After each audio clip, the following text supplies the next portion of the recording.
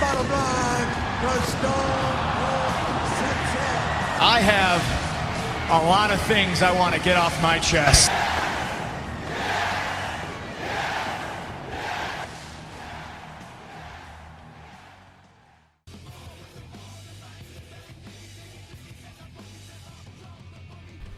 All right, ladies and gentlemen, finally, after weeks of anticipation, the pencil has finally hit the podcast airs live from the Lakeside Condominium Studio. I am the one and only, often imitated, never duplicated, Renny D, and this is The Pencil, a professional wrestling podcast with myself and friends, and each and every week we're going to come at you with a new episode, with a new take on the previous week's professional wrestling performance on television, as well as the insides and outs of professional wrestling. Now, before we get started in today's first podcast, I can't tell you how excited I am to actually do this. I stepped out of the ring for the last time on March 28th of this past year in Minneapolis, Minnesota. Took a little break here from professional wrestling, but I couldn't stay away that long. I love this sport. It's the greatest sport ever created, and I knew I had to be involved in it some way, shape, or form. So here we are. I created this podcast, The Pencil, so I can bring you information, and I can go ahead and critique WWE Raw, WWE SmackDown, TNA and Impact Wrestling, Ring of Honor, and the Independents from the inside perspective. A little bit of background on myself. I am an 11-year professional wrestling veteran of the business. I broke in back in 2003 at the age of 16 years old until, like I said, until March 28th of this past year. I know a lot, man. I've liked professional wrestling my entire life. First grade, I wrote a paper, what do you want to be when you grow up? And I wanted to be Bret the Hitman Hart. Never quite made it to the status of Bret the Hitman Hart, but I got to live my dream.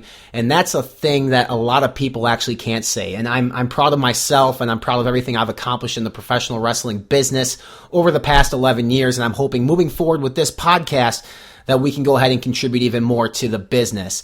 Now, one question I want to answer real quick before we get too deep in tonight's analysis is, why did you call it The Pencil, Renny? And I've gotten this quite a bit from people on Twitter, from my friends and text messages, and even from my family members. Well, let me let you in on a little business here as a little inside secret in professional wrestling. The booker, the head of creative, the man who makes the matches and decides what goes on TV and what doesn't, a little nickname. It goes by the name of The Pencil. It's been something along the lines of professional wrestling for years. The man that you need to talk to about your gimmick or about your match that night, or if they want something special, you talk to the man in charge, also known as The Pencil.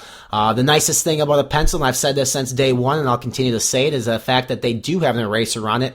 And 9 times out of 10, the show is going to change before it actually goes on to broadcast. So about this show, what exactly is The Pencil going to be all about? Like I mentioned to you just a little bit ago, I do have some inside knowledge in professional wrestling, so I can go ahead and look at a professional wrestling match from last night's Monday Night Raw and figure out what they did good, what they did well, what they didn't do so well, what's working well moving into big-time events like this Sunday's SummerSlam pay-per-view. I'm pretty excited about it. I'm excited that I get to go ahead and contribute as far as my analysis goes. I've done it previously via Twitter, via Facebook, but now I actually get to do it on a vocal platform. So really, really stoked to bring my insights, but not just from inside the ring from my perspective. I also going to have people on the show. The show is called The Pencil with Renny D and Friends. My friends that are going to be joining me from week to week are professional wrestling fans. Now, they're not stupid when it comes to professional wrestling. They're going to be educated people. They watch professional wrestling as a form of entertainment, but they know what's going on. They understand the storylines, and they have a really good contribution to give to the show as well. So with that being said, tonight's guest, we have one of my best friends. I've known him for 25 years or so. I'm going to call him by a bunch of different names. His legal first name is Travis, and his legal last name is Mester, but I'll probably be calling him Dirty throughout the podcast. And then a friend of the show who actually has his own Podcast of the Immortals. You can find them online on iTunes and on PodBean. Jimmy Bellamy is going to be joining us tonight here as well to talk about some different things from Monday Night Raw, SummerSlam, and some as far as like the news and rumors and things going on in professional wrestling as well. But moving forward from week to week, what you can expect out of us. I am going to try my hardest each and every week to bring you a different guest with a different perspective on professional wrestling. We already confirmed next week's guest. It's big news. Jason Powell, the head editor and the founder of ProWrestling.net, one of the biggest dirt sheets on the World Wide Web, will be joining us via phone call to discuss several different things. And one of the things that I really want to talk to Jason about next week is the bad rap that dirt sheets have been getting over the past couple of years, because they've been wrong to a point, to an extent, at certain times. I know people were very frustrated with the dirt sheets during the CM Punk departure. Every week it seemed like CM Punk was going to come back, or his plane, he was spotted getting off an airplane at a certain airport. It never happened, and I don't see it happening in the foreseeable future either. Nice thing about me being in the business for 11 years, I have a lot of friends that are still in the business. That's on the independent scenes. I have a lot of guys that are close buddies of mine that are wrestling on the independent scenes, and they're doing a fantastic job. They just haven't gotten a contract yet with one of the big three, we'll call it, between WWE, TNA, and Ring of Honor, but they're going to get there. They're getting close. So what I want to do is bring some of them guys on. I'm going to have former AWA legends on the show, announcers from the wrestling business. And what I'm very interested in is the history of professional wrestling. I've always been interested in this business. It's been the only thing I ever dreamed of being involved in my entire life.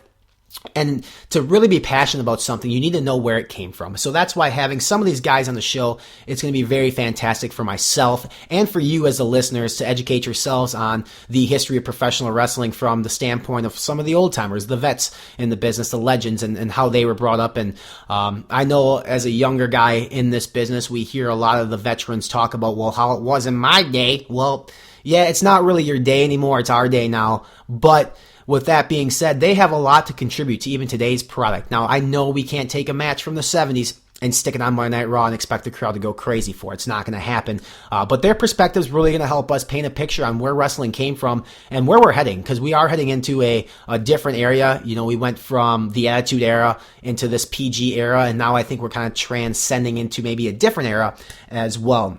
I also have friends who are currently down in NXT. I'm going to try to get them on the show as well to explain their experience in NXT and what they've been going through there under WWE contract and what they expect as far as their future goes, because there's been some uncertainty in NXT lately with some cuts and, not necessarily people debuting on television or on the WWE network like they want to.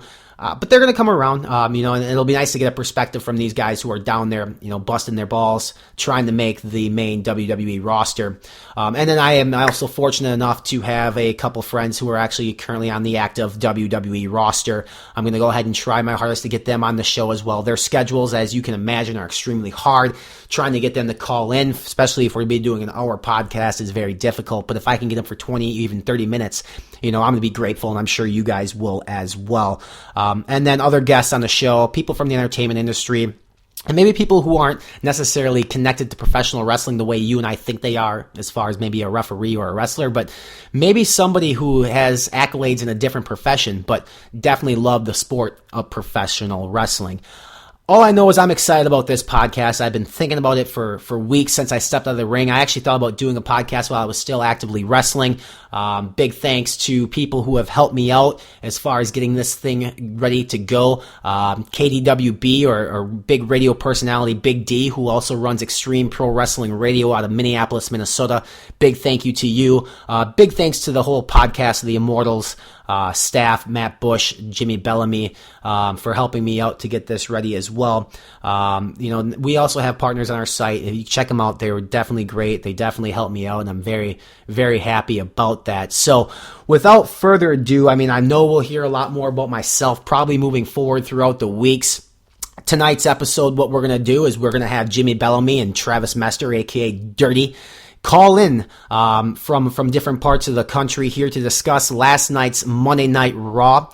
We have a big SummerSlam pay-per-view coming up on Sunday on the WWE Network, and if I'm right, you can subscribe to that for only $9.99. And then also there's been a lot of news here in the WWE lately, and topping the news is Alberto Del Rio, being released for supposedly assaulting a WWE.com employee, or I guess we could say slapping, insulting might be a little intense, but something I really want to spend a little bit of time on while we have it tonight, talking about the episode that was reported online as far as what happened, that whole situation and what it means to professional wrestling. Where are we in professional wrestling as far as that goes, and even in professional sports?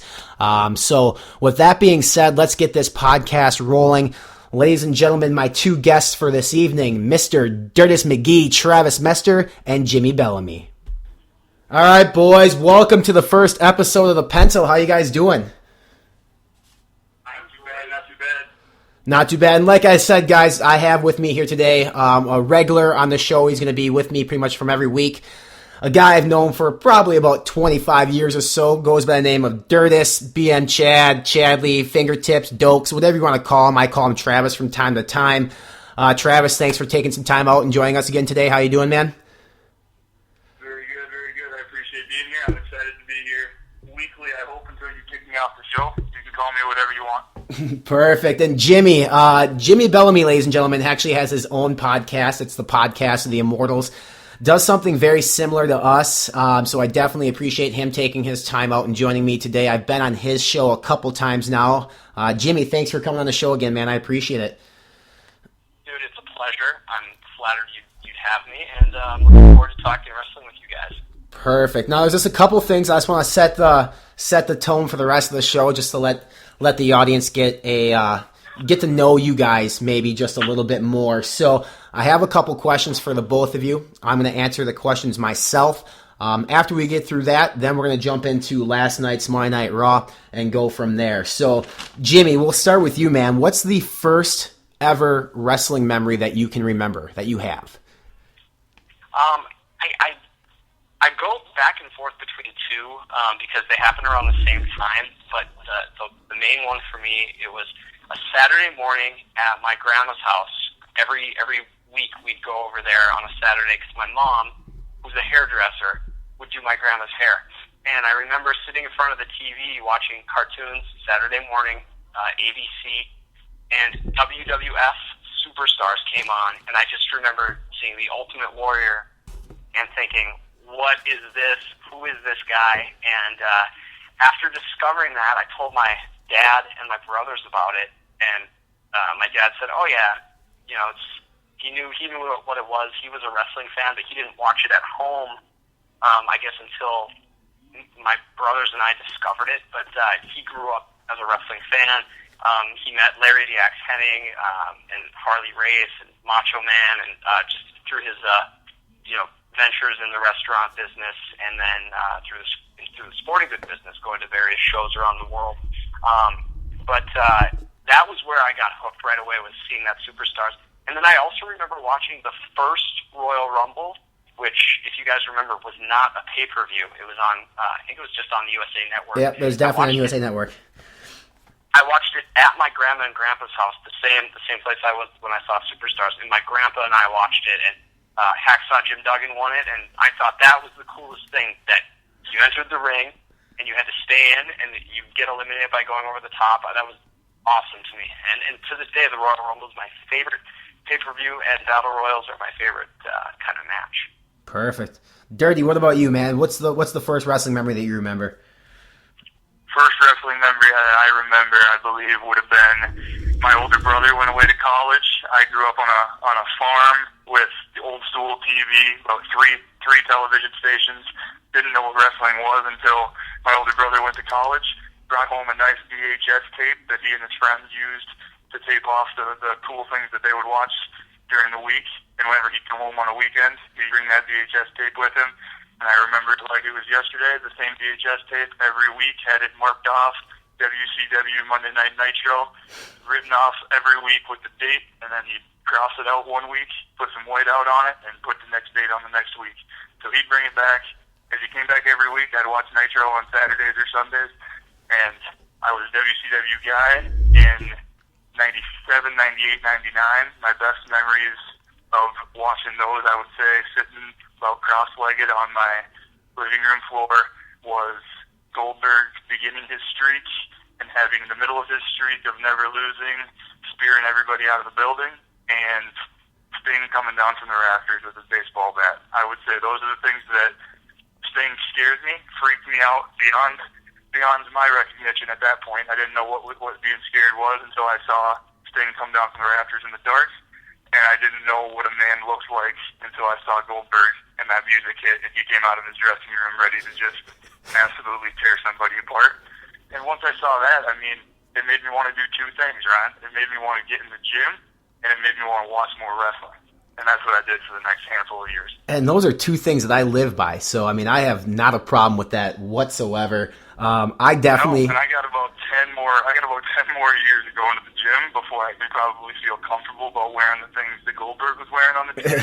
But he was somebody that I still looked up to back then, and he had unbelievable shoulders, and that's what I try to put myself inside whenever I'm at the gym, is making sure that I know that I'm there for a reason. I'm there just in case somebody needs me in a wrestling match one day, that I've got what I need to bring to the table. Absolutely. And the funny thing is, the Goldberg streak doesn't really get talked about much anymore, but that was extremely beneficial to WCW in the early days.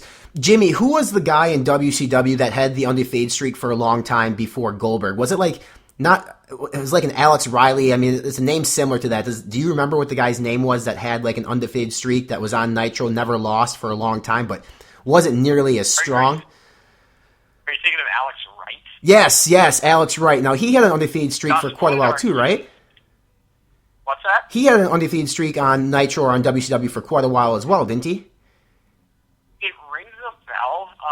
I can't remember if he had a streak or not, but I know he had the goofy little dance. Not Yes. to be confused with Disco Inferno. And then he got repackaged as Berlin, if you remember, like in the, I think like 2000 or something. Yes. Yeah, and I was trying to think of his name this morning, and I don't know why, but I was just trying to think of who was that guy in WCW, because I'm pretty sure he had an undefeated streak as well, but that's all water under the bridge now, and I'm actually with you, Jimmy, on my first wrestling memory was 1992 USA Network, the very first Royal Rumble, and that's kind of what hooked me from there. And then similar to your story, Dirt, as far as the VHS tapes, we would tape Monday Night. I was a Monday Night Raw guy. I was a WWE, WWF at the time guy. But that's exactly what we do. The old VHS, we tape them and retape over them until the tape itself physically couldn't keep tape on anymore, and it kept being the screen kept looking like shit, basically. Well, perfect. I'm in that same club. Yeah, I mean VHSs were. They're classic. I think I still got that one of those tapes somewhere in a box in my house. I know it still says it on it, but I know that I don't have anything in my house that I can play it in anymore. Yeah. One day. Absolutely. One day I'll find something I can stick that in and see the place. And when I moved to Milwaukee, I had a box full of VHS tapes that my mom brought me, just full of wrestling tapes. I mean, I threw them in the dumpster. There was nothing I could do with them. But now with the WWE Network, I mean, I don't need the tapes. I just have to pay my $9.99 and I get to watch the WWE Network. So works for me. Next quick question for you guys, and there's two questions left here. Growing up, who was your favorite superstar? Want me to take this one first? I got it first, Jimmy. I'm taking this one. Good, because I need a little more time to think. Growing up, I would say when I was WCW, I was a WCW guy for 3 or 4 years probably when I started watching, and I would say it was Goldberg, it was Sting, and I would say probably my favorite wrestler was Diamond Dallas Page. I thought he was awesome. I thought his bang deal was sweet. I did it when I went to school. Some people knew what I was doing. My mother got sick of it around the house, but I was a Diamond Dallas Page fan. And once NWO and that kind of stuff started, loved them too. But in WCW, I would say when I was just growing up, Diamond Dallas Page was my guy. He was the number one guy on my list of people that I wanted to see go. And whenever I saw him go, he got me going. If I never wanted to see Goldberg beat him up because they were my two of my favorite guys, and I never wanted to see Sting go against him. Because if I had to cheer for one of those three and they were going against each other, I didn't like that idea. But if I had to pick one match, I'd want to see Diamond Dallas Page cut somebody up. Perfect. Jimmy, who you got? Well, when I got into wrestling, it was 1988. I was 6 years old. And my top guy of all time as a kid would have been Macho Man Randy Savage. I'm absolutely a Hulkamaniac, was a Hulkamaniac, but just like I like Luigi more than I like Mario, I liked the Macho Man more than I liked Hulk Hogan just because everybody kind of liked Hulk Hogan. So he'd be my tops. My guy for getting into it would have been Ultimate Warrior, but I got to go with Macho Man. We fast forward a little bit to the Attitude Era, kind of like when you guys were watching WCW and Attitude was going. I'd have to say Stone Cold Steve Austin and The Rock, and it's not even close. But I'd go with Austin over The Rock. Sure, it's funny. I mean, your two favorite childhood superstars was Macho Man Randy Savage and the Ultimate Warrior, both who are no longer with us anymore. When you heard the news of the passing of both of them, and I remember exactly where I was when I heard the news of both of them, and that's because I'm just a big wrestling geek, so I remember exactly where I was when I heard it. Macho Man would have been, 3 years ago now, just a little bit over 3 years ago. It was May of 2011. Right. I mean, when you got that news as a wrestling fan, and if that was your childhood hero, how do you react to something like that when you hear that your favorite childhood superstar, your hero, passes away? I remember I was working at the Duluth News Tribune. I was sitting at my desk, and I saw, I think, a tweet, and it may have even been from the AP or some other news organization that said wrestling legend Randy Savage dies in car accident. And I remember like, oh my God, and I even audibly said, oh no, because just months earlier he had reconciled with Vince McMahon in WWE. And he had cut a commercial for the WWE All-Stars video game, which is kind of like that. It's like the NBA Jam right. of wrestling games. That exaggerated, cartoony look. And he cut this great commercial, and he hadn't been seen nationally in years. So he had the gray beard.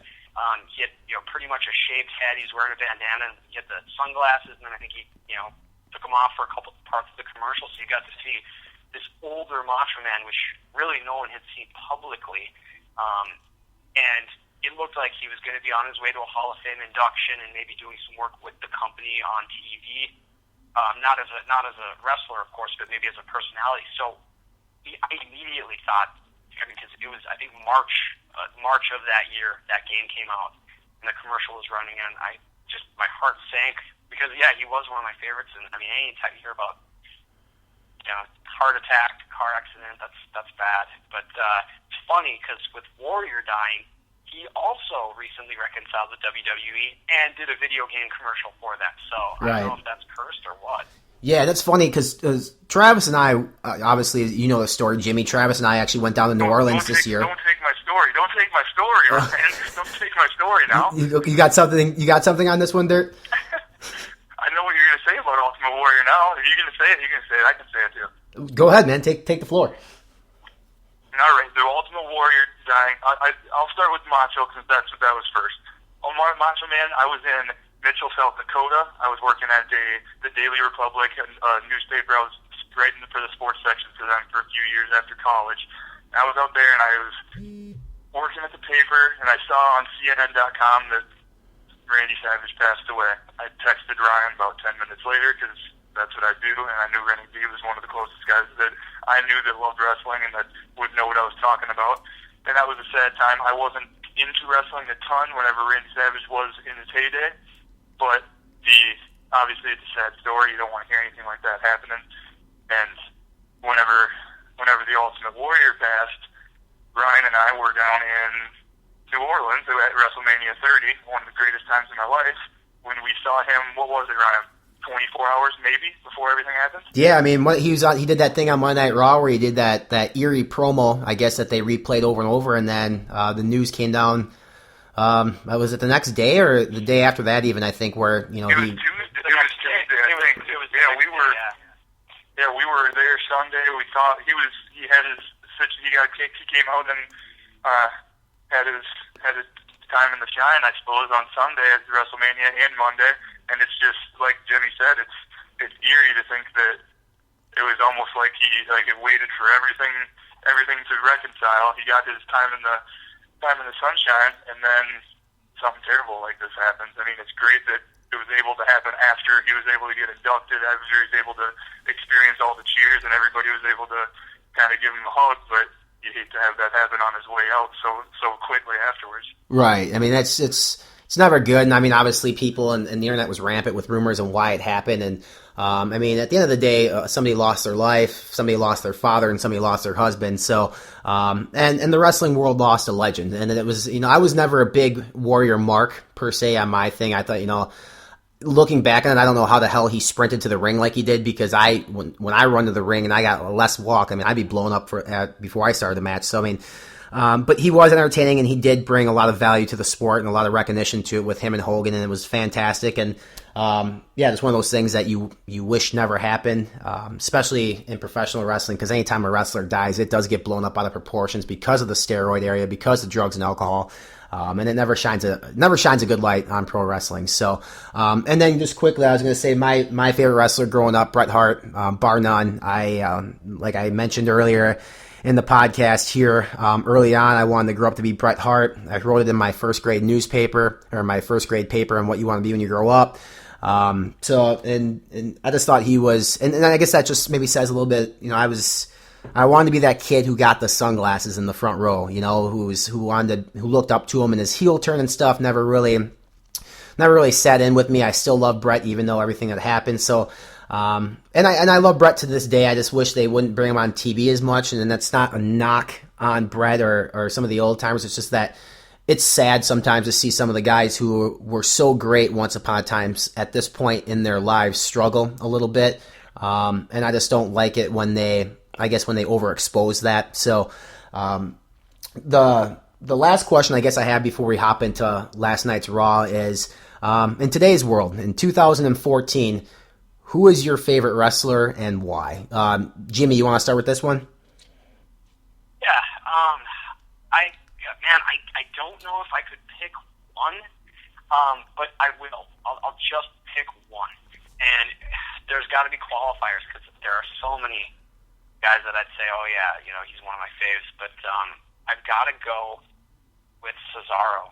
And I think it's because he has that great old school look. And I mean, truly old school. We're talking in the early days of professional wrestling, old school. And he's so strong. And I really took to him when I listened to him on Cole Cabana's podcast. I think it was like two and a half years ago, right. Almost 3 years ago, I think. Yep. And it was still when he was his real name, Claudio Castagnoli. And there was something about him, like, this guy's pretty cool. And then it just happened to be not that long after he had signed with WWE, and I loved everything he's done. I like how his character is evolving, even though I think they're maybe trying to force a few things with him, just because you constantly hear about how he's just missing a little something. He doesn't quite have it all together yet. But he's my guy, and I think that if they allow him, he will be a great champion for them. Yeah, Travis, who you got, man? So like Jimmy said, I agree with him. I'm not picking Cesaro. I've got one guy. I have a list of about 6 or 7 that I love to death and I like watching, and they're people that I would watch wrestle anytime. But this is the pencil. We're picking one. You asked me for my favorite. I'm not going to give you 11 guys and then give you a list. If you want a list, I'll give you a list. But if you want one, I'm going with Dolph Ziggler. I love Dolph Ziggler for a lot of reasons. I like what he does in the ring a lot. Everybody loves what he does in the ring. I think he's got a good look. I don't hate his hair like some people do. I think it's cool. And I think that he's a guy that I don't think he's ever going to be a WWE championship guy. I don't know if he'll ever be a guy that'll hold a belt for a long period of time. But I think he's a guy that when he's chasing, I think he's one of the best. And I think in the last 3 to 4 years, my favorite wrestling memory outside of when I was in the stands for WrestleMania and anything that would have happened there in New Orleans when Ryan and I were down there, my favorite wrestling moment was when he cashed in the briefcase. And that's one of those, you're sitting on the couch and he's cashing in Money in the Bank, and somehow Money in the Bank's coming. Every year it's coming, you're always thinking about it, and somehow that night after WrestleMania when he cashed in on Del Rio, I didn't see it coming. And you watch enough wrestling, you should. I feel like I should know, here's what could happen, here's what doesn't, and as soon as I'm here to show the world hit on the track, and he came down and was able to get the title, and he was still coming to the ring with Big E and AJ Lee at that time. But that to me was probably where he went from a top 5 favorite guy to he's my guy whenever I'm watching, that I love watching. I love watching him go in the ring.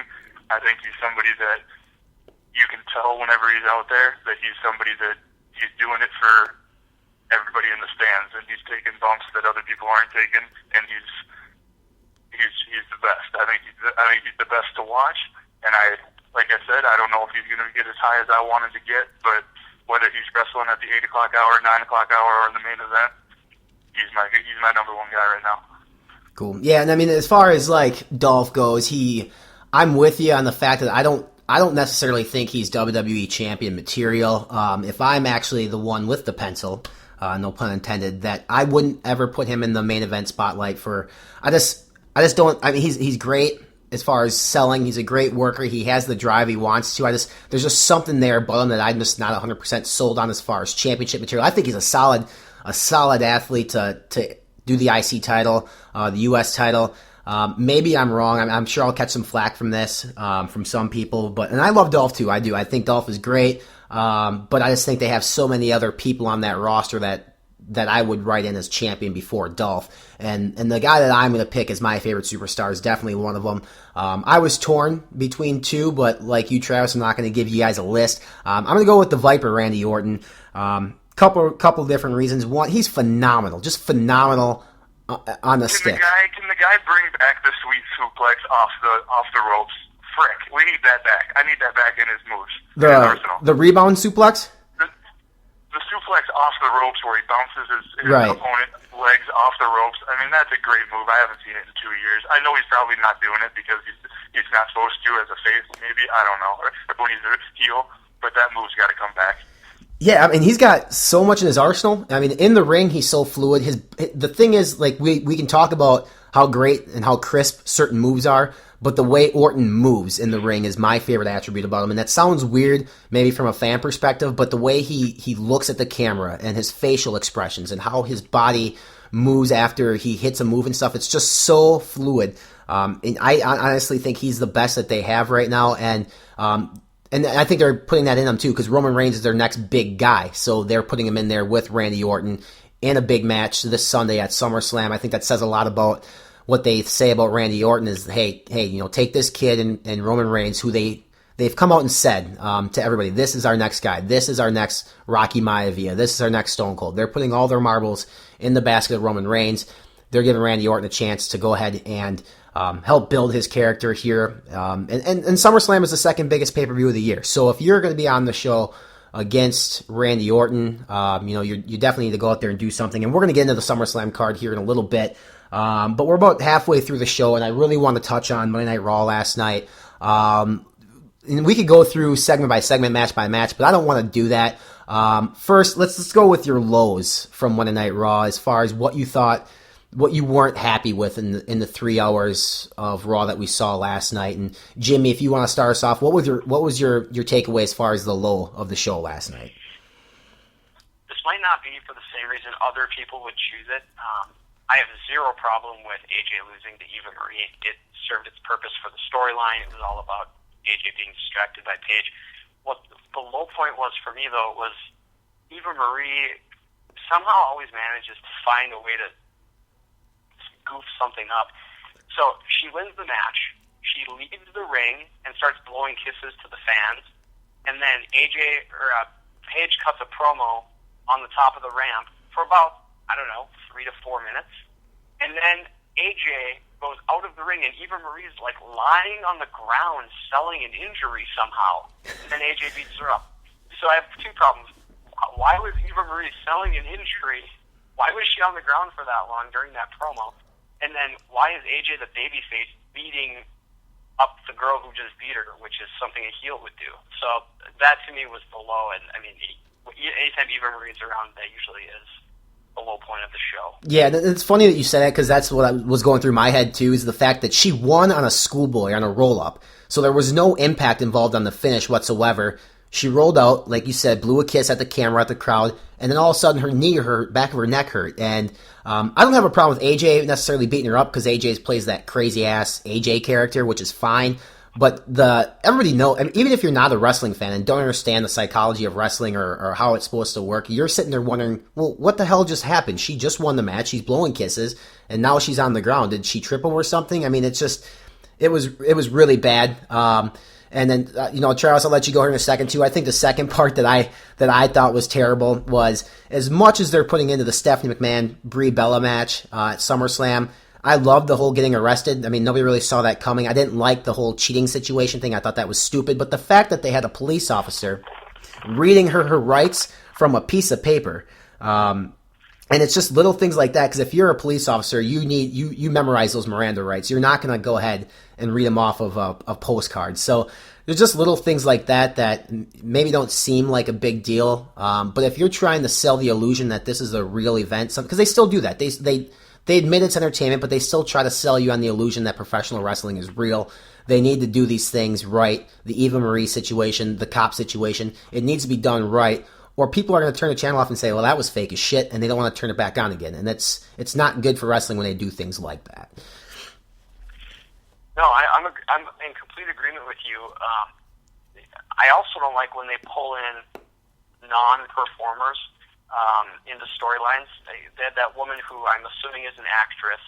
She's an independent worker in California, so okay. She works in the indies. Okay. But yeah, so I mean, and the fact is that's a little better than if she was a wrestler. But that said, I wish it would have been like, Daniel Bryan was cheating with Alicia Fox, and it's somehow like maybe she works out where he's rehabbing or something, and they could make us try to believe that, and at least involve another wrestler, so there could be a feud after Brie and Stephanie are done, unless Brie leaves, period, to have a baby or something. I don't know. Yeah. But no, you're right about that. The reason we watch wrestling is we do want to suspend our disbelief, and when you pull us out of that moment with those little things, it's upsetting. Yeah, it makes me upset, just because we read the people on Twitter and what they say and stuff, and these are things, it makes me so upset because these are things that can be avoided, and they're very simple things. If it's something that can't be avoided, that's fine, but these are things that definitely can be avoided, and I think they know that, and I'm sure Eva Marie probably got a good talking to from somebody back there for sure. And the whole cop situation, I'm not really sure what they did with that, but Travis, what was your low from the show last night? You guys touched on one of them. I would have probably mentioned that I didn't like the storyline idea with the actress coming in, or the indie worker, and having the cheating Daniel Bryan, having to bring that in. I don't think, after the last 2 weeks, I don't think it was necessary for the storyline. I think they could have found a way to have Brie get arrested and affected the same way they did, in a different way, rather than bringing in Daniel Bryan, because of how big he was before he left. He was the WWE champion. He obviously got hurt. It wasn't necessary. But you guys touched on that enough.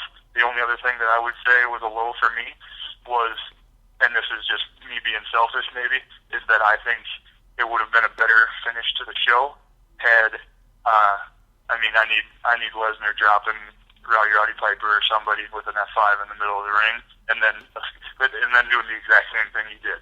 Have Cena wait 20 more seconds, has his music hit, because I think having the music hit whenever somebody runs out adds to the effect. I didn't think the camera work on something like that was as good as it could have been, because they just kind of showed him running out, whereas it made you think, well, who's this, what's going on? Like, we would have known what was happening, but to give that effect, have it hit, my time is now, the music, everything, whenever he wants to come out, and from the time he gets out of the back to the ring, he's got 6 seconds.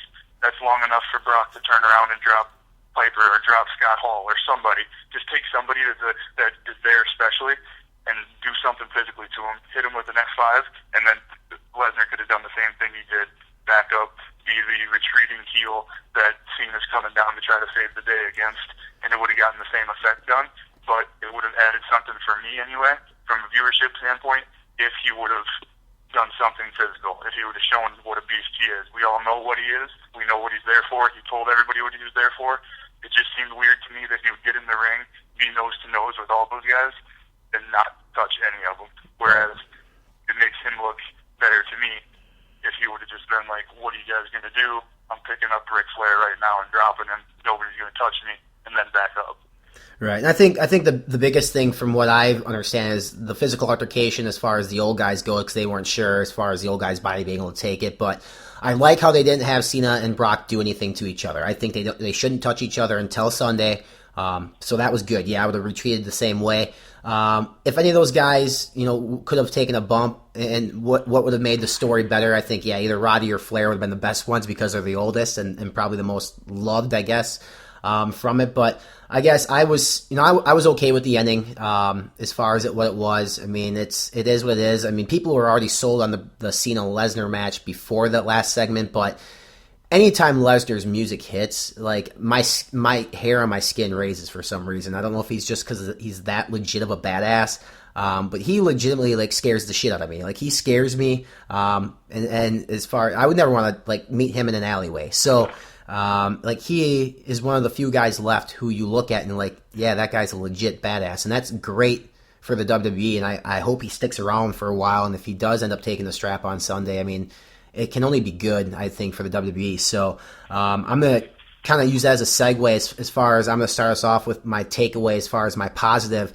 And I know one of you guys might pick the Heyman promo. I'm actually not. I'm going to pick the Antonio Cesaro-Jack Swagger match as my positive takeaway. I thought it was fantastic. I thought that these two should have had this type of match months ago when they were feuding after the Real Americans broke up. I mean, they really worked hard last night, and the match itself was fantastic. And I am actually very much looking forward to this whole flag on a pole match on Sunday, because I think that Rusev has the most heat right now in the WWE with the Russian gimmick, and Swagger is over like nobody's business right now. And I don't care if Zeb's helping him or not, but and you always think, hey, it's cheesy, it's USA versus Russia, it's easy. Yeah, it might be easy, but it was easy in 1970, 1980. It's not so easy anymore in 2014 because people don't buy into it as much as they used to.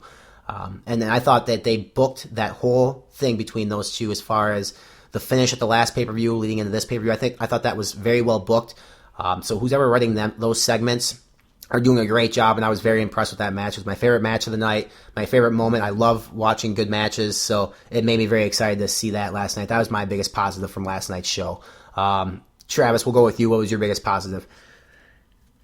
My biggest positive, I believe, I'm going to go a little bit off the radar just because I enjoyed most of the Lesnar stuff. I thought Cena's promo was effective. I could pick those things easily, but I'm going to go a little bit lesser into the Ziggler-Slater match. Anytime I can get Heath Slater on the TV, it's a positive for me. I mean, that guy is hilarious, I think. I think he reminds me of what he was doing a year or two ago when he was just getting beat up by everybody. It's kind of what Sandow's doing now, and I like that kind of stuff. I think both of them did a great job doing what they were doing and embracing whatever character they were written in to do. And now to see Slater come out and wrestle against Ziggler, who obviously is one of my favorite guys, put on an okay match. It wasn't a 4-star, it wasn't a 5-star, but it was a match that he was on in the 9 o'clock hour, that Ziggler's going to be there. He's going to put on a show. I know it was to push The Miz and the Ziggler match on Sunday, which should be a good one for the Intercontinental title.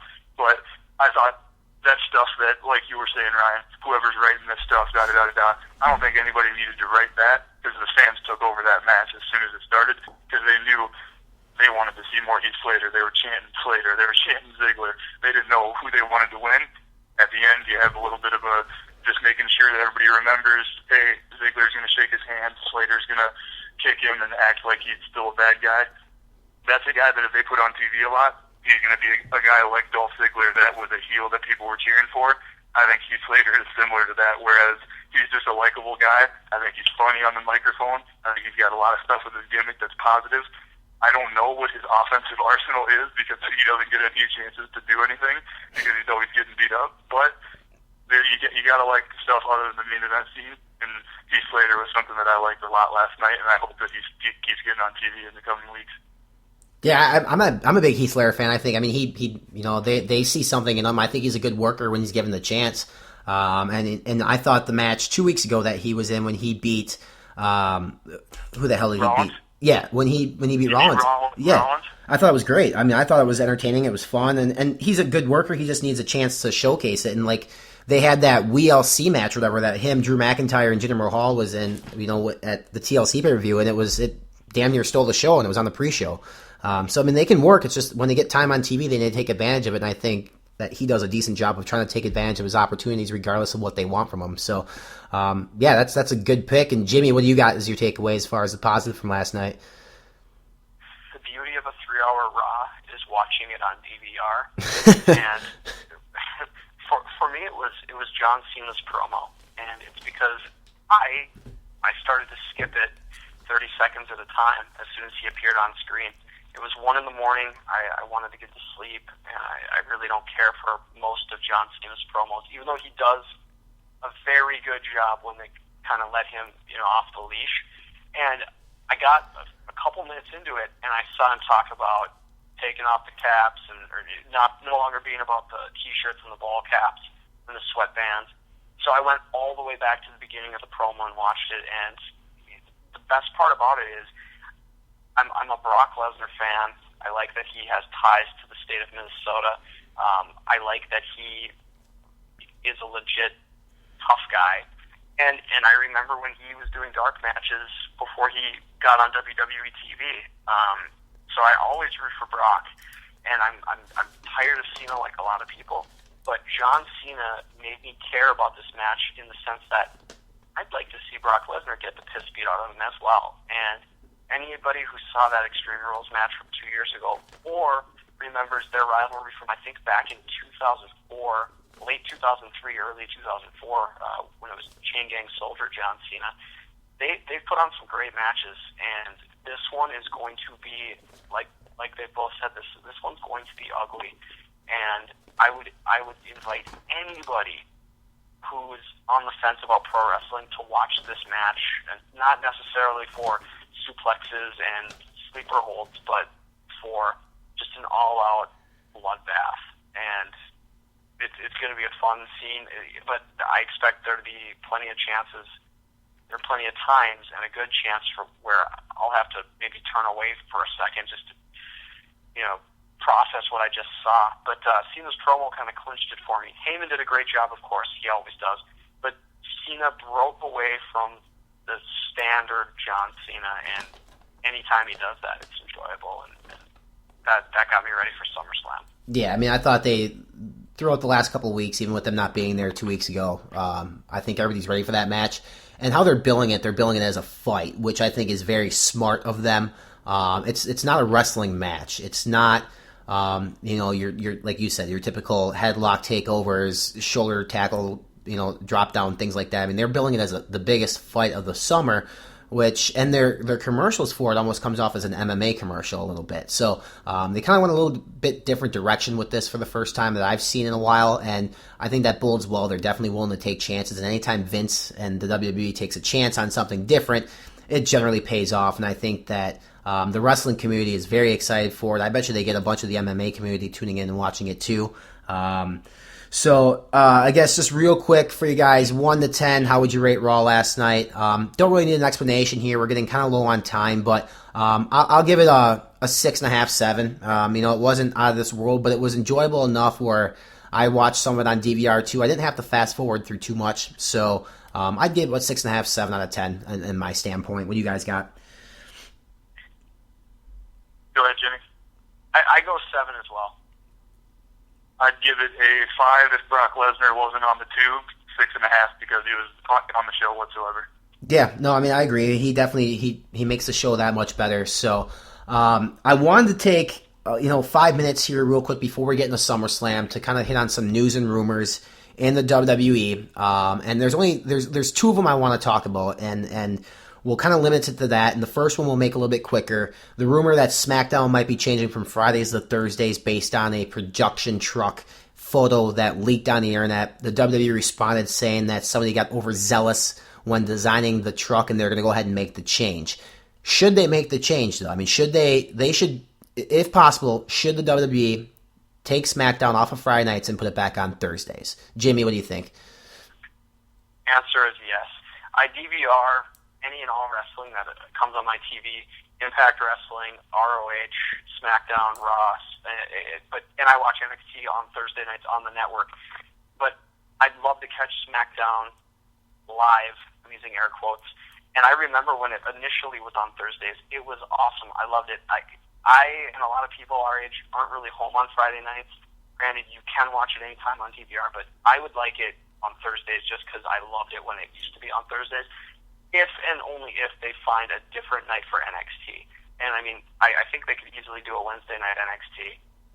Or even if they put it on Friday night, that's fine with me because you can watch it on demand as soon as it starts. But yeah, bring it to Thursdays. I'll be watching every Thursday night. I would say, selfishly, I'll say yes because of a lot of the reasons that Jimmy said. But I know it's only 16 weeks a year. Thursday night football is too big to put it up against. I don't know if they'll do that, but I would say yes. Put it on Thursday nights because Friday nights I'm not home. I'm not watching it. If I do watch it, I'm fast forwarding into whenever Dean Ambrose is freaking out and probably watching him do whatever he's doing. Otherwise, I'm not gonna sit home on a Friday night to watch it. Thursday nights, more often than not, I will be home and I would watch it like I watch Raw on a Monday. And I think if they can move the way that you view SmackDown to a similar way that people view Raw on Monday, would be advantageous to the WWE. So, yes. In one word, yes, move it to Thursdays. But, hell, I'm going to watch it whether it's on Friday or not, so let's not be fucking crazy. Yeah, you actually bring up a good point, and I really wasn't thinking about it either. Is the WWE or the NFL on their Thursday night schedules, and I think this year they're actually doing a Thursday night game every week. So that is stiff competition to go against. So especially when you're already sitting Monday against Monday Night Football 16 nights a year. I don't know if you want to directly put your two biggest products against the two biggest NFL things, even though it's only a fourth of the year. I don't know if that's business what you'd want to do, but somebody smarter than me will make the final decision, I'm sure. Yeah, no, I mean, I agree. I mean, my answer is yes. I thought on Thursdays it's makes it more capable for me to watch it. On Fridays, yes, I'm a little selfish too. I'm generally not home on a Friday night. I would DVR and watch it. But as Jimmy said, it was a lot more entertaining on Thursdays. I don't think that has anything to do with the day of the week it was on. It's just that notion that we have in our head that when SmackDown was on Thursdays with the big fist hanging out and the broken glass around the entryway, it was awesome. And now it's been getting better. And actually, a lot of the stars that are on Raw are on SmackDown too. It's just I think so many people skip SmackDown because it is on Friday. So we don't really talk about it that much, and we don't really talk about it. We won't talk about it a ton on the show either because of the same reasons. I mean, we'll definitely touch on it, but like you guys said, in one word, yes, I think it should go to Thursdays, but I really wasn't thinking too much about the NFL, and there are people that get paid a lot more money than I do that'll make that decision. So we'll see what happens on that one. And then the second one, real quick, I want to touch on, and then we'll hop into SummerSlam, and then we'll wrap up the show. Del Rio, Alberto Del Rio getting released here this week. Rumors, dirt sheets say that it was because he slapped a WWE.com employee. The word is, whether it's true or not, is that this particular employee was in catering, didn't clean up his table. One of the girls in catering or somebody there said you need to clean it up, and he said that's Del Rio's job, referring to his heritage, him being Hispanic. This person told Del Rio what he said. Del Rio confronted the employee. The employee didn't apologize, and Del Rio apparently slapped him, thus losing his job. I've heard some people say they think it's a work. I don't think it's a work whatsoever. If he's appearing on AAA tonight or tomorrow night, I don't know if WWE and AAA has a partnership or relationship like WWE had with places in the past.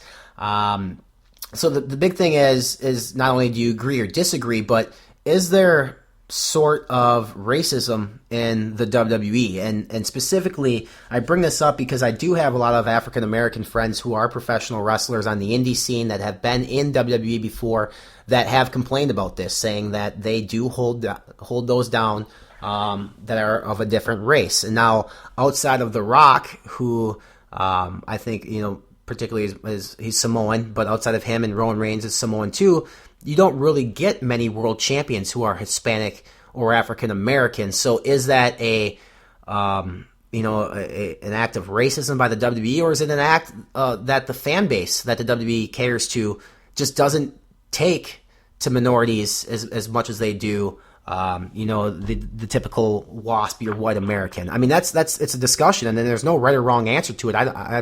I'm not somebody who wants to point a finger at the WWE and say they're a bunch of racists, because I don't think it's true. I just think, and this is coming from my personal standpoint, and I'm not racist whatsoever, but I am more attracted to people that I think are superstars. And I don't think Kofi Kingston is a superstar. I don't think Mark Henry is a superstar. I don't think Big E is a superstar. They're not that entertaining to me. It's not because they're black. It's just I don't think they're as good as a Randy Orton, as a John Cena, as a Dolph Ziggler, as a Cesaro. I guess what's your guys' take on it? Because we are three of us have educations. We have higher educations. We're not bigots. We understand the world that we live in. We understand the way business works.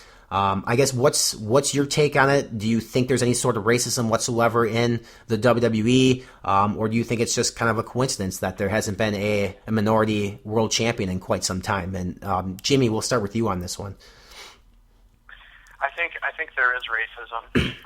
You look at the deep history of WWE's championship and how many people have worn it, and there are no black champions. The Rock biologically is black. He has a black father, but The Rock, I think, was picked because of everything else. He also identifies as a Samoan more than he identifies as a black person. I mean, he has said that. But I would argue that you don't picture Kofi Kingston, Big E, and Mark Henry as superstars and as champions because they haven't been portrayed that way by WWE. I think this is just another side effect of a Vince McMahon run company, run machine, for the same reason that Japanese guys have to come out to the dun, dun, dun, dun, dun, dun, dun, dun, right. Orient music, and I can just picture Vince in some of these meetings like, oh, this guy's going to do this, and he's going to talk like this, and that's just how he is. You can tell it's just very old feeling with some of these gimmicks. Big E Langston is one of the funniest guys on Twitter, and anytime I've seen videos of him, whether it's on the JBL and Cole show or anywhere else, he's hilarious. I think he easily could be a superstar, a megastar. Maybe not megastar, but I mean, he could be. It's hard because they call all their guys superstars. I will use superstar in a term of a John Cena type. I think he could be a champion and a superstar if they gave him the microphone and gave him the chance to kind of be himself. All these podcasts that we listen to now, they do a better job of getting guys over than WWE can, for the most part. And it'd be far too big of a coincidence that none of these black wrestlers of the past have been the champion. Now, granted, I'm not going to put it all in one big bowl because I know back in the day, championships weren't just passed around like they are now. And you had your big guy from various eras, and certainly maybe some of those things had roots in racism, like, why didn't Junkyard Dog ever become the WWE champion? I mean, I don't know, but yeah, I would say it is racism, or it's just maybe immense ignorance. Maybe it's not, okay, Vince McMahon's a racist, but maybe the way he thinks is just backwards and screwed up. Yeah. And that, they should have a black champion. Now, they should not have a black champion just for the sake of having a black champion. Give a guy a run. You strap the proverbial rocket to his back and see how he does, see if he can fly it. I've been one who said, I think Kofi Kingston could be, when he was given that brief chance in that feud with Randy Orton back in 2010, when he put paint all over Orton's NASCAR and then proceeded to kick the crap out of him, I thought, okay, this is good, but it never materialized. So I think there is a tinge of racism to it. And I think with Kofi's situation, I think there's only one guy in the WWE that can wear crazy ass neon colors, and that's John Cena, and get away with it. I think Kofi, I take his character as a bit of a joke at times because of what he wears for his attire to the ring. It's very, the tights and the kick pads are cool, but when you have bright orange and bright green, it just, I don't know I can't take you seriously. And I have a hard time taking, John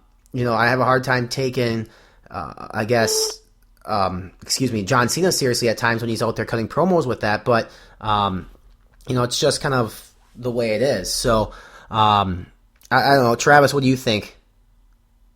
I would say, in a short answer, yes. I think there is some sort of racism. I think it's more so, like Jimmy said, maybe ignorance, maybe just the fact that they're going to put out there what the product sells, and if they don't have to overwork to try to change what the people are buying and what the people are sitting in the seats watching, they're not going to do it because it might fall flat on its face.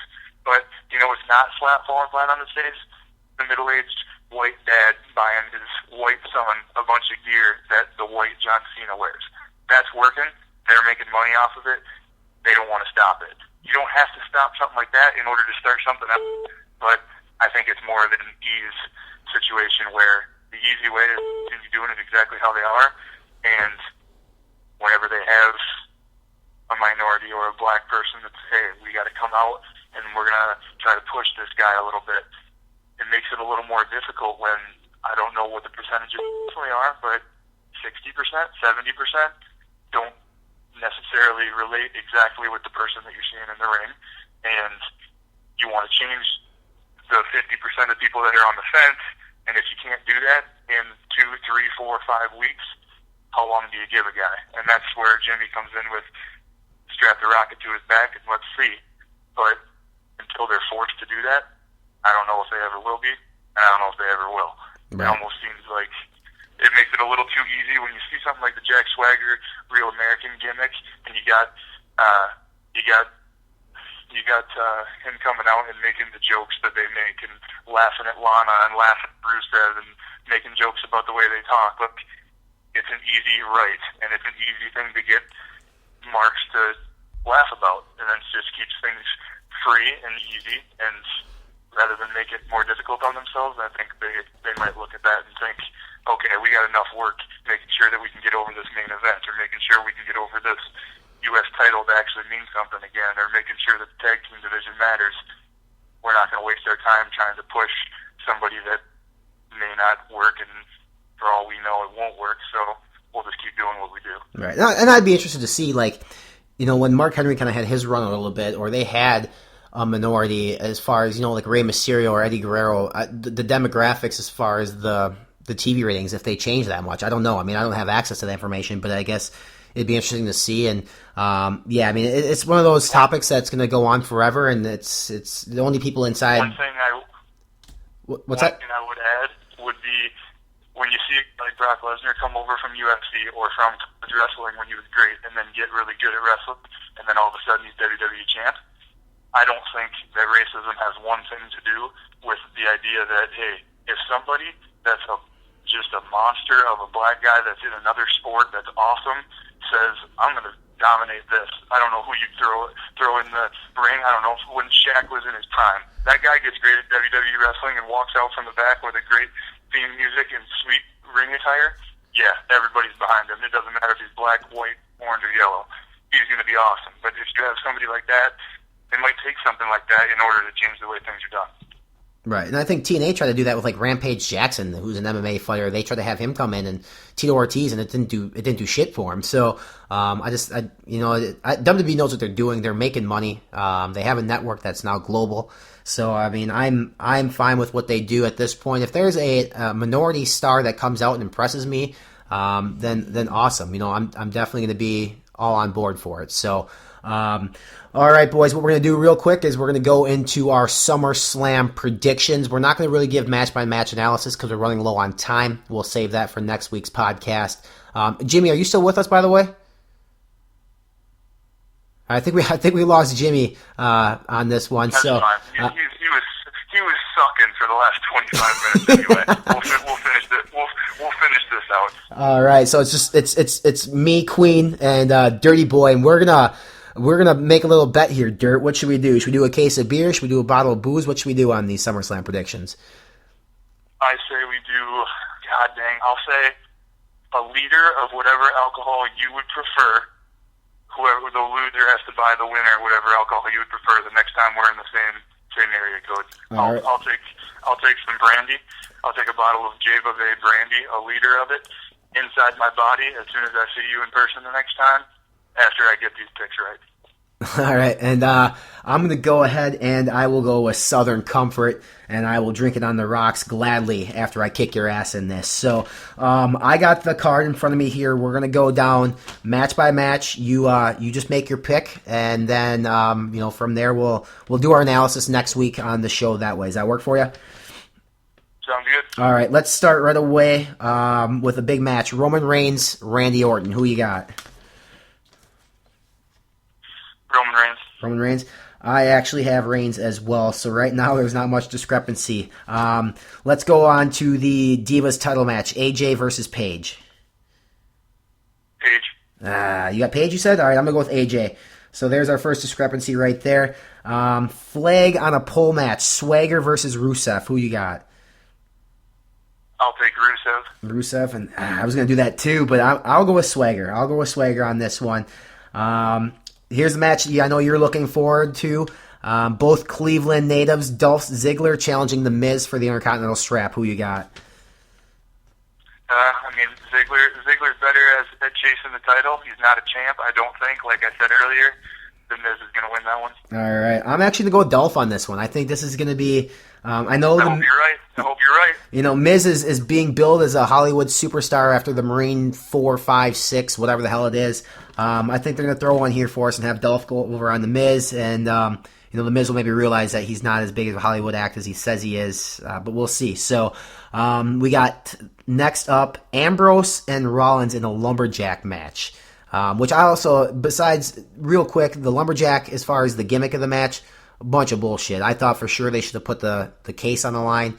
I get the fact that Rollins ran away. He could have done a cage match. He could have done a lumberjack match, but I thought it's just too obvious that there's a big case in Rollins' hand that he's not going to, that they wouldn't let him do that for the stipulation. But that's hearsay, I guess. Who do you got in this one? I thought the same thing. I think the reason that they did the lumberjack match in this situation because the feud has been very, very entertaining, and the lumberjack match is not something that's going to finish off a feud whatsoever, I don't think. So they're going to keep this going for a couple months. I see that match happening, maybe 2 or 3 more pay-per-views, which is no problem by me. I got Seth Rollins winning this one. Damn it. And I actually did too. So I also have Seth Rollins on this one as well. We got the... You can pick first on the next one. All right, Brie Bella versus Stephanie. For this one, I think it's tough, but I mean, it's been a feud that's been accumulating for so long, kind of like a Daniel Bryan Triple H situation. I got to go with Brie Bella on this one. I got Stephanie McMahon. All right, and then brings us to our main event: Brock Lesnar and John Cena. I'll go Lesnar. I just think it's the right thing to do at this point, even though I know Cena hasn't had the title that long. I got Brock Lesnar going over for the strap on Sunday. The entertainment value of having Lesnar's music hit on Monday Night Raw and him walking out with one title in each hand, laughing, explaining to everybody that this is his house, and now it's his house and nobody can play in it, pretty much is too much for the WWE to give up. They know what Cena brings. They can give him the title later if they want. Sunday, the right decision, and the decision that should be made and will be made is Lesnar going over. All right. The only ones we agree on is Brock, Roman Reigns, and Seth Rollins. Otherwise, we have a different one on the remaining 4 matches. It's a 7-match card at this point, plus probably a pre-show tag match. It should actually be a fantastic card. I'm really looking forward to it. I'm looking forward to next Tuesday being able to sit down with you and discussing the analysis of the SummerSlam card. And we're actually pretty lucky. Next Tuesday, we have our first guest host, Jason Powell, who is the owner, founder, lead editor of ProWrestling.net, one of the biggest dirt sheets on the World Wide Web. So we're pretty excited about that. Travis, people out there, you guys can follow Travis on Twitter. He's at Travis Mester. You can follow me on Twitter. I'm at Real Renny D. Jimmy Bellamy, who's not with us anymore, but if you want to follow him, by all means, it's at Jimmy Bellamy. You can follow his podcast at Immortal Podcast. What's up? I'm sure Jimmy's been breaking down Ring of Honor tapes for the last 10 minutes. He's probably been doing something to keep himself busy. He tried to call me a couple times, but I wasn't going to cut you off in the middle of your speech. So definitely follow us on Twitter at Pencil Podcast. We are going to be on PodBean, iTunes, Stitcher, YouTube. I'm going to try to find anything I can to put this podcast up in. One thing that I know we kind of would like to do is get some people from the UK or things like that on here with us who's involved in professional wrestling to get their take on it, as far as, their take on the WWE product and their take on professional wrestling in general. This has been fun, man. It's our first podcast. We'd sit in the living room over a brandy old fashioned and we'd chat about wrestling all the time. But this time we have a microphone and a laptop. We decided to record it. I had a good time. How'd you like the first one, man?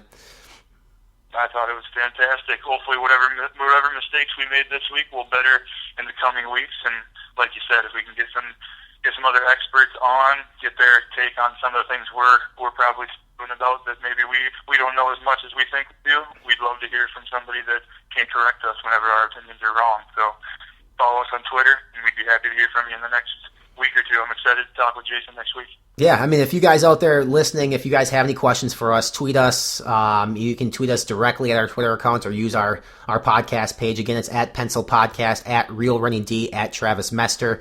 Our website's out there too on our Twitter page. We're also available via Facebook. So, again, next week, Jason Powell, ProWrestling.net, will be joining us. We will be breaking down every match from the SummerSlam pay-per-view. Also be touching on Monday Night Raw, obviously, since we'll be taping on Tuesday.